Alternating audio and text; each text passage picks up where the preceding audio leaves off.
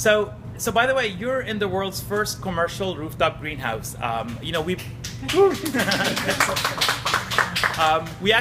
worked for about 3 years to build this in 2011, and we were in competition against a group in New York, and I think we beat them by 6 months. So we're very proud that this concept came out of Montreal, came out of Canada, and we're very happy to have really brought this project to life. We now have 2 farms. We have this Ahunsik farm, and we have a farm in Laval on top of a big warehouse building in Laval, right on the 440 highway.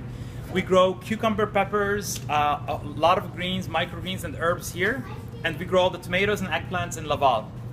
And we have a kind of a unique system where we grow about 35% of all the food that our customers buy, and 65% of the food comes from partner farms all around Quebec. And we'll be showing you some pictures and talking a little bit about our partner farms. We invited a few of them here as well. So that's kind of a unique model for Lufa, where we grow food, but we also source food from other partner farms. So what I like to tell people is when we started Lufa, I partnered up with a couple of phenomenal people. Lauren, who's giving the other half of the tours, was a fresh grad from McGill in biochemistry. She took on all the farming piece, so she handles all the farming aspect. Kurt was a great guy in marketing, helped me set up the website and all the direct-to-consumer distribution. This engineer called Yahya, who no one can pronounce his name, a friend of mine from Lebanon who was an amazing engineer and architect. And that's the group that came together. But there was something unique about us. No one had ever grown or sold a tomato ever. So when it came time to build the Lufa business plan, we really put on this 5-year-old's hat and said, how can we describe the most amazing food system? And for us, the most amazing food system was local agriculture, rooftop agriculture, sustainable agriculture, no pesticide, herbicides, and fungicides, capturing rainwater, recirculating all the irrigation water, using less energy, composting, but it also meant going direct to the consumer. So this first piece of the presentation is about farming. The second piece is about our direct-to-consumer distribution. So really what's unique about our farm here, it's on a roof. It's very challenging building on rooftops, but we're trying over time to make this simpler and simpler. We're finding innovative, creative ways of connecting the greenhouse columns to the building columns so that we can farm more and more buildings in cities like Montreal. We also have the vision of expanding our concept past Montreal. We're now working hard to reproduce what we have here in Boston, and we're starting to talk to entrepreneurs who might license the technology for other cities. And we look at it as every city has enough rooftop space available to be able to turn itself self-sufficient. In Montreal, we need about 19 shopping center roofs to turn all of Montrealers onto local cucumber, tomatoes, peppers, and eggplants. So we know that these surfaces exist. It's just a question of working with the cities, the building architects, to farm them, to build these farms. You would never build a building without putting a membrane. Well, we're hoping that in 5 to 10 years, you'll never build a building without putting a greenhouse. That's where, this is so sexy. We get so much free sun and free light energy. That's where it's all happening, not downstairs. So that's the message we're trying to send across. Oh my God, it's really hot in here. It's awesome, actually, because we have the greenhouse divided into 2 zones, the warm zone and the cool zone. I have no idea why we do the open houses in the warm zone. We could very well be in the cool zone right now, but we're not. Yeah, go ahead. How does the Canadian winter, I mean, I've seen the selection does change somewhat, but how does, being on a rooftop in Montreal affect your produce? Sure. So in the wintertime, we actually grow the same variety in the wintertime, even a little bit more. Our partner farms, obviously, they vary a lot. I mean, in the wintertime, you can get practically anything out of Quebec from the field. There's quite a few apple, root vegetables that are available during the wintertime, but there's no more fresh offering out of Quebec in the wintertime. We actually, this year, we have 2 other partner farms that have greenhouses and that actually heat their greenhouses using sustainable means. We have one of our partners, Lufa Farm. They set up a massive residual biomass wood heating system to use the residual wood that comes out of the wood industry to heat their greenhouses. So we like that story a lot, and we think what they're doing is very sustainable, and they're going to be partners this winter to help continue the same offering summer through winter. When it comes to us, we actually grow practically everything. We even do a lot of our crop rotation in the summertime, so come wintertime, we're in full production, especially when it comes down to tomatoes. And when it comes down to energy, we actually use half the energy to heat our greenhouse in the winter than if we were on the ground, because we get the other half from the building below. So there's a lot of advantages for us being here. I always like to think of the climate that we have here similar to the climate in Toronto or Boston, and not so much the climate of Quebec. It's a much warmer area because we're getting all the heat from the building below. Any other questions? You have to ask. Does it ever get too hot up here? Absolutely. And actually, like whenever the sunnier it gets, the hotter we want it to go. I mean, heat is how you send the message to the plant, produce, essentially work harder. And we tend to do this when there's more light. But it does come to the point where on the roof you get so much heat that it's just too much for the plants, and in which case we start using the shade curtains. Actually, we are using them right now in the cool area. You can see we're shading partially the greenhouse, and we're trying to keep the temperature in that area about 10 degrees cooler than the outside. So over there it's probably going to be around 21, 22 degrees, and we use water on cardboard to actually cool it down. So the air is sucked into the greenhouse, and as it's sucked in, it passes by cardboard that's wet, and that cardboard actually cools down, that water evaporates, and the evaporation of the water sucks some energy, and it cools down the air, and they can benefit from all that nice cool air. Not us, them. So yeah, in terms of energy, it's beneficial both for us and for the building. The building gets insulated in the wintertime, so we're putting this big blanket on the building in the wintertime, helping reduce its energy consumption at the same time. And even though it feels hot today in the greenhouse, if we were standing right now on a barren black tar roof, most of us would not be able to stand on it. Actually, the temperature of a tar roof could rise up in the 40, 50 degrees Celsius.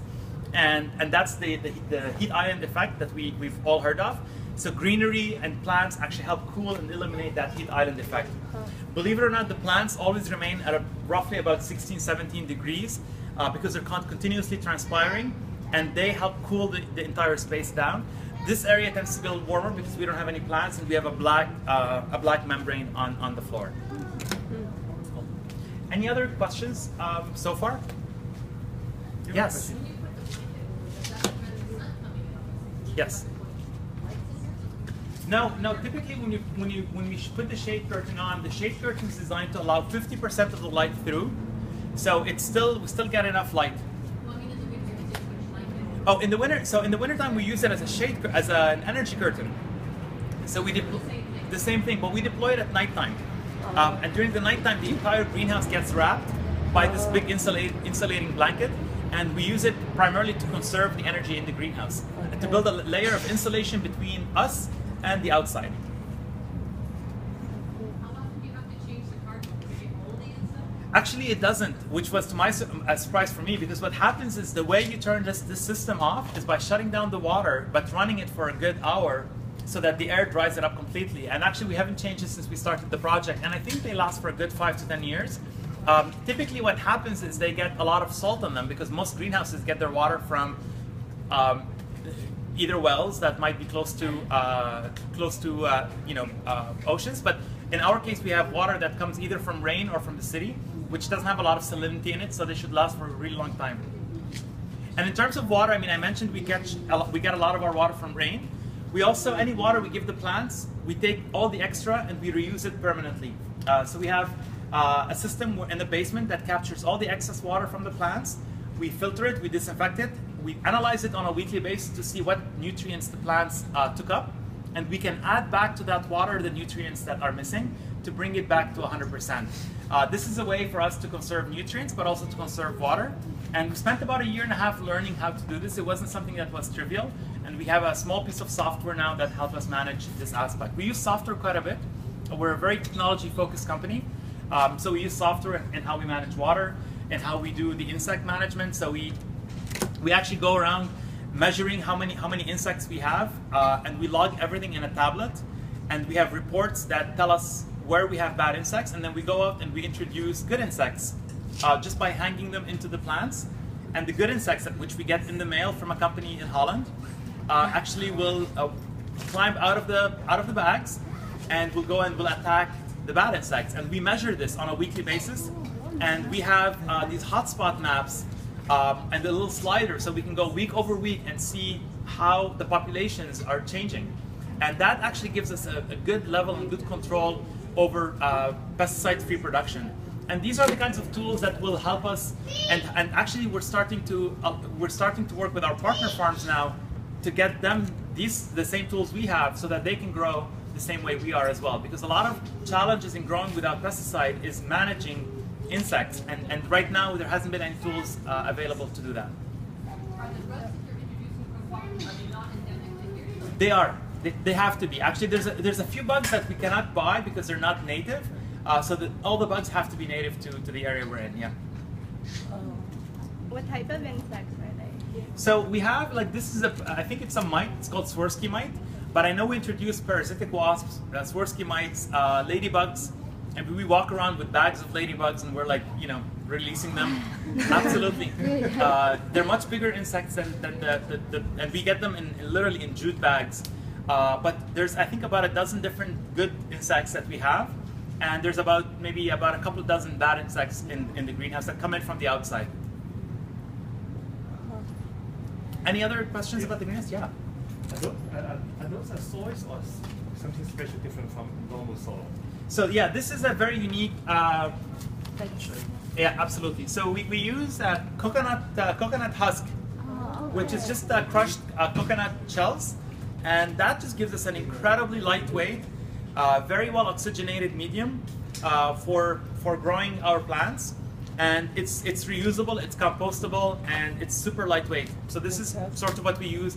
Everywhere here we use coconut husk, and in the cool area we use a peat moss, which is a very similar material, a little heavier, a little denser, but that's essentially our soil in a way. And all the irrigation is drip irrigation. So we have little drippers that we put in the plants, and it's all controlled by a software program. So we irrigate maybe 12 times a day, depending on how much light we've accumulated, how much humidity is in the soil. So everything is controlled by really a software program, and we access it remotely. I mean, I've seen Lauren on a beach log in on her iPad and opening vents, closing vents, and controlling the greenhouse. And that's really the modern farmer. It gives us the ability to farm without having to live in the farm. Any other questions so far? Yeah. It is quite labor intensive. Sorry? It is quite labor intensive. Yes, absolutely. There's actually, I'll let the plane pass. There's quite a bit of manual labor. We have a lot of technology, but we still have, all the harvesting is manual, all the plant maintenance is manual. Every week we have to lower the cucumber plants, lower the tomato plants, introduce insects. So there's quite a bit of manual work actually. And we've got a team, I think 5 people, that work in the greenhouses, in each greenhouse. And they tend to be people that are just either graduated from McGill or from UCAM in some plant-related field. And this is more of a way for them to learn what we're doing, but they're also the people that will eventually join us in the plant science team or will help us manage other farms. Actually, one of the cool things about urban farming is you've got so many people that are interested in farming, but don't necessarily want to leave the cities. So in an urban setting, they actually can have both. I mean, we even have people that bike to work.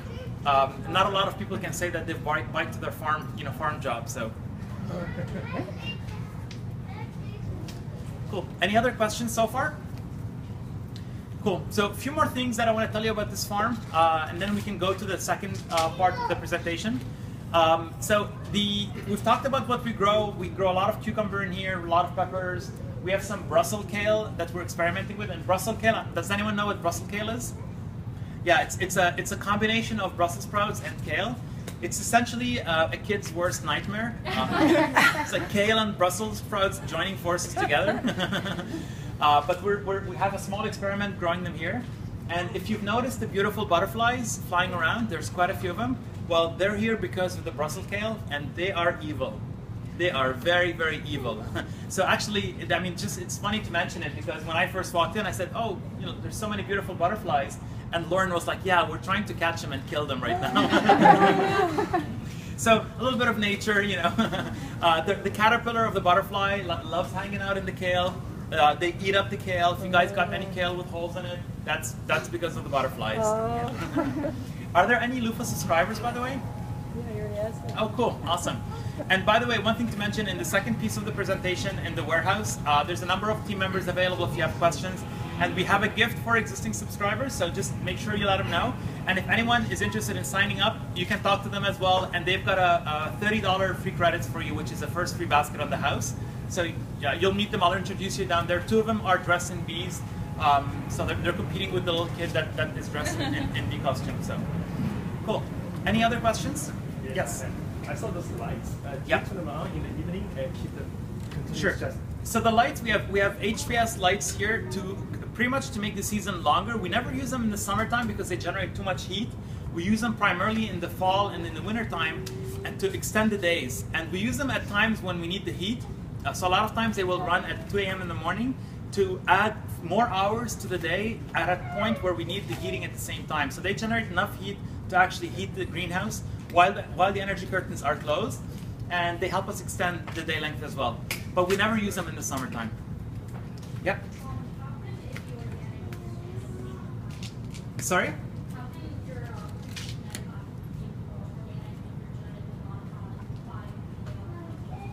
Oh, so first of all, we're not certified organic because we use hydroponics. Even though we grow without pesticides, herbicides, and fungicides, we still can't be certified organic. And the Brussels kale, believe it or not, is not genetically modified. It's actually just it's a hybrid. It's a cross. It's manually modified. It's just essentially crossing two plants together. I was reading an article about someone that made a tree with 40 different types of fruit on the same tree by just attaching stems, and that's just a similar way, I guess. My understanding is a similar way to create these crosses of plants. Any other questions? You had one. Okay. Cool. Yes. Yeah, I noticed there's a white mold sign Yes. on it. Is that a problem? So in the summertime with the high humidity, some of the cucumber plants might have a little bit of mold. It's not a huge problem because actually the way we grow cucumbers, every week we remove one leaf and we lower the plant. So it's not a huge problem. And this is our oldest crop. It's going to be here for one more week, and then we replant here. Okay. And if you've noticed in the greenhouse, we have plants that are old, plants that are young, plants that are teenagers. So we always have a continuous crop rotation, and that's not really a huge problem. In the summertime, we do see it. Another problem we have in the summertime is the cucumber beetle. It's the only insect that we don't have a way to manage. And it comes in towards the end of July, beginning of August, and it's this very cute beetle. Most things cute are evil, by the way. That's what I've learned. And the cucumber beetle will fly in from the outside, and it will infect the plant, and the plant will simply wilt and die. So we lose maybe about half of our cucumber plants for 2 weeks, but then we regrow them right after, and it disappears. And the way we manage it is we have a contest going where the team member that pushes the most cucumber beetle wins a sushi lunch, and actually it works quite well. Sushi is great. Cool. Yes. Right. Very good question. So in the wintertime, the snow will melt. The only time it doesn't melt is during the nighttime when we have the energy curtain closed. Because when we close the energy curtains, the heat remains in the plants, and the temperature above the energy curtain will drop. So we wake up in the morning, we open the energy curtain, and within an hour or so, all the snow's melted. Yeah. And what's interesting is even if it's minus 30 degrees outside, if it's sunny, we will never heat. So the sun is actually enough for photosynthesis and for the solar gain that we need. What's really awesome is actually coming in here in the wintertime and seeing our roof vents open because we're trying to cool down the greenhouse. The solar gain is unbelievable, and that's a key advantage in the wintertime.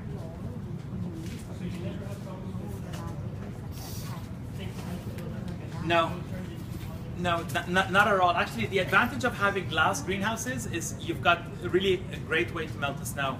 And our structure is able to handle 45 pounds of snow load. So we're designed like a normal building where we can handle the snow loads, but it really melts.